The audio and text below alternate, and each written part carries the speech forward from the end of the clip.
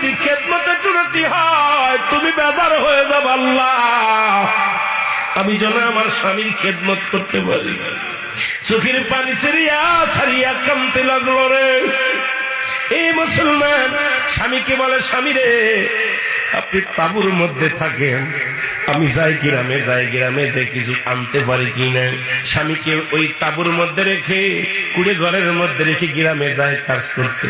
সারাদিন ভরে বিবি রহিমা মানুষের বাড়ি থালা বাটি মাঝে, সারাদিন ভরে মানুষের বাড়ি পানি উঠায়, সারাদিন ভরে মানুষের বাড়ি কাজ করে, বিনিময় কিছু জব পায়।